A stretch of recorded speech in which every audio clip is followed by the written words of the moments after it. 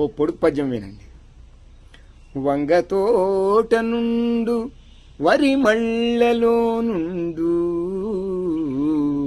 జొన్న చేల నుండు చోద్యముగను, తలుపు మూల నుండు తల మీద నుండును, దీని భావమేమి తెలుసుకొనరే.